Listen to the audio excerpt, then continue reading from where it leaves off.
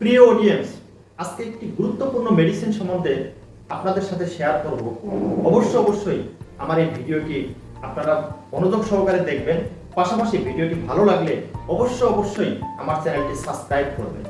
প্রোডাক্টের নাম হচ্ছে ফেসিড 250 মিলিগ্রাম ট্যাবলেট।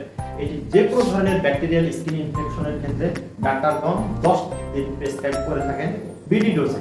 পাশাপাশি এটি অস্টিওমাইলাইটিস, কারো যদি বোনের মধ্যে অথবা হাড়ের মধ্যে যদি ইনফেকশন হয় সেক্ষেত্রে এটি দিয়ে থাকে, এবং ডায়াবেটিক ফুড ইনফেকশনের ক্ষেত্রে এটি খুবই ভালো কাজ করে।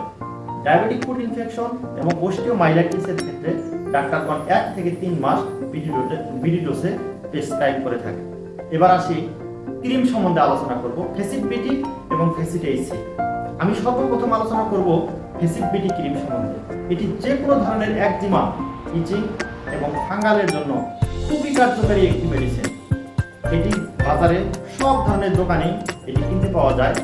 এটির ডোজটি হচ্ছে দিনে 2 বার 14 দিন। পাশাপাশি আছে ফেসিড এইচসি ক্রিম। এটি বাচ্চাদের জন্য এবং যে কোনো ধরনের সেনসিটিভ অর্গানের জন্য খুবই গুরুত্বপূর্ণ। সেনসিটিভ অর্গান বলতে আমরা মুখমণ্ডলকে বুঝি।